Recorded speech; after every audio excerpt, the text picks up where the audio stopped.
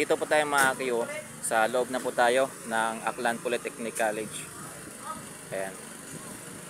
So patuloy pa rin po yung pagbomba nila ng tubig sa loob para ma-clear talaga yung mga pinagmumulan ng mga usok na yan mga Q. Ayan. Dito yung mga bumbero natin. Region 6 DILG, Bureau of Fire Protection.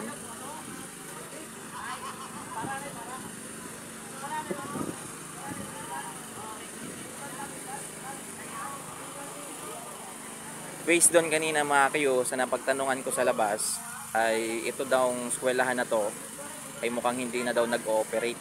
Siguro madaming mga ano dyan sa loob, mga gamit, mga Q. Yun, ang daming tao dun sa may biodik, oh. Yan. Hanggang sa labas, mga Q, maraming tao.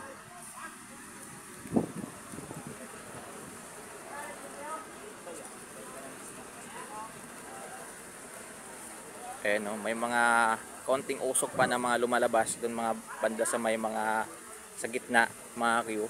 Pero wala nang apoy, wala na tayong nakikitang apoy dito, mga Q. Ayan, oh, grabe, daming medyaman dito mga Q. Dumagdag pa tayo.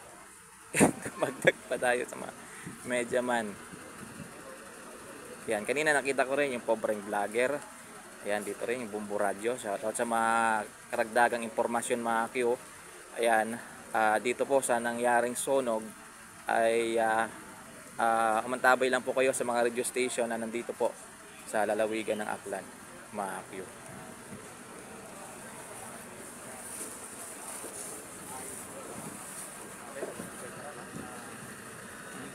So may mga fire truck pa dun sa labas, guys. Ayan. Yung ginagawa kasi nila, salin-salin yung tubig. Yung tubig sa fire truck na yon, ayan, sinasalin nila sa isa. Tama ba? Kung mali ako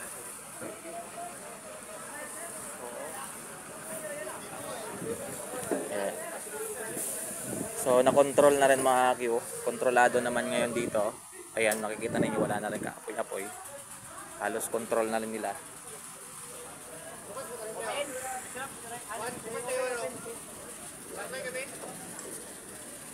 Taga dito ka, sir. May mga Bureau of Fire natin.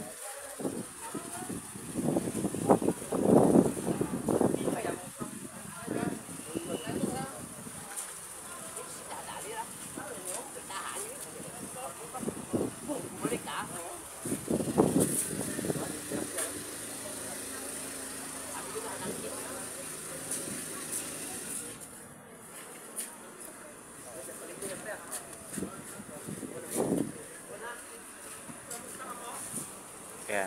So ngayon mga kayo, wala na. Na-control na rin nila. Ayan, may mga usok lang na kaunti pero tuloy pa rin. Ayun, may mga hose pa rin doon sa loob.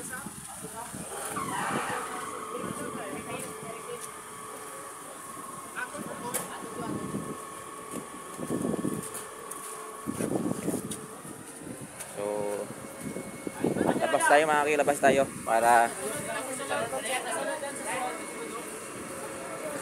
ayan na naman yung ulan.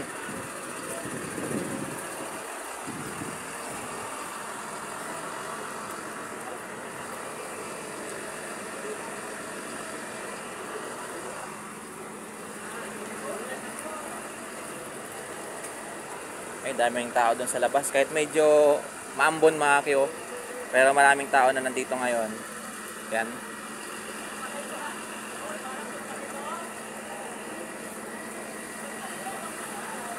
Ayun, yung mga media man doon sa kabila, oh.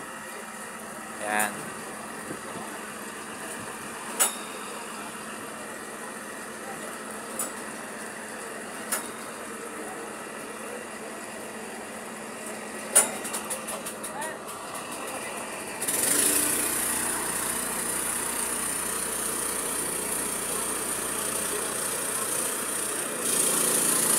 Okay, labas tayo.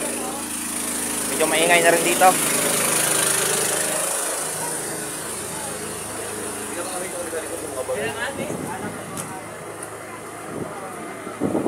Ayan, maraming tao doon, no, sa Biodex.